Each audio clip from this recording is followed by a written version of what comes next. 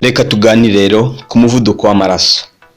Iyi ni indwara yica bucece, akenshi rimwe na rimwe hari abo yica itabagaragarije ibimenyetso, kumva ngo umuntu yaguye arapfa cyangwa se umuntu yaryamye ntiyakanguka. Bibaho rimwe na rimwe, hari igihe biba byatewe n'iki kibazo cy'umuvuduko w'amaraso cyangwa se byatewe n'izindi ndwara zitandukanye.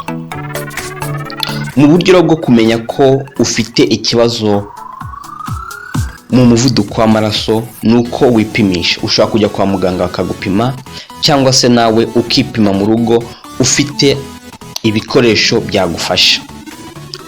Agakoresho rero bita BP machine ushobora kukagura mu maduka atandukanye.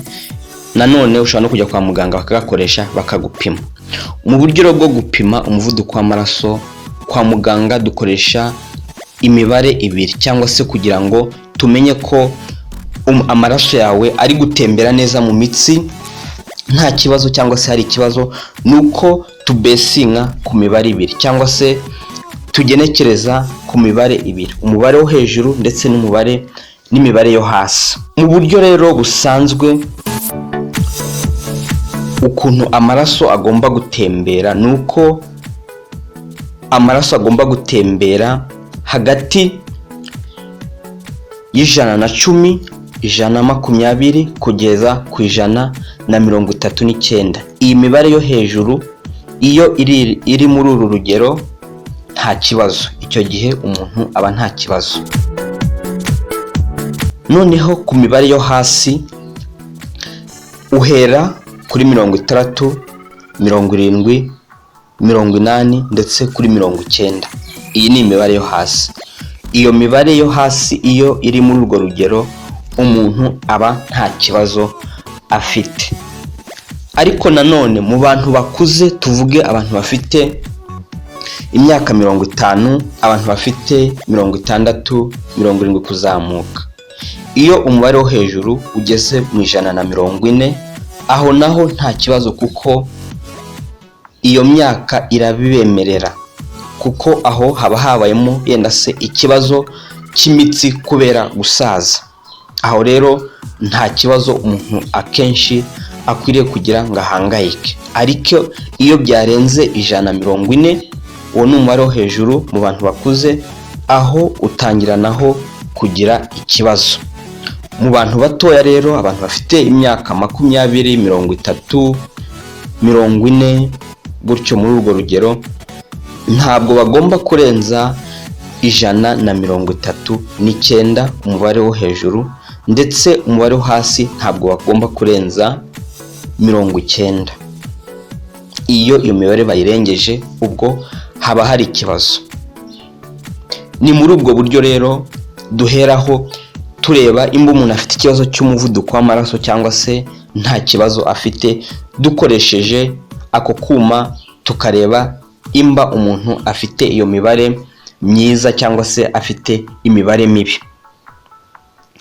Ibimenyetso rero bimwe bizakwereka ko ushobora kuba ufite ikibazo. Icya mbere nuko wipimisha maze ukareba iyo mibare imbiri hejuru cyangwa se iri hasi.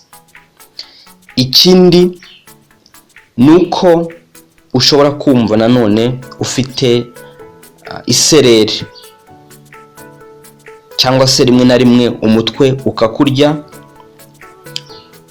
nanone ukava mu mazuru utarusanzwe uva imyuna, ariko ukabona utangiye kuva imyuna utarusanzwe uva imyuna, nta gikomere ufite mu mazuru, ndetse nanone ukumva umutima uratera cyane. Rimwe na rimwe mu bantu bakuze nabo hari igihe ugira ikibazo cy'amaso, ukumva rimwe na rimwe hajemo guhuma.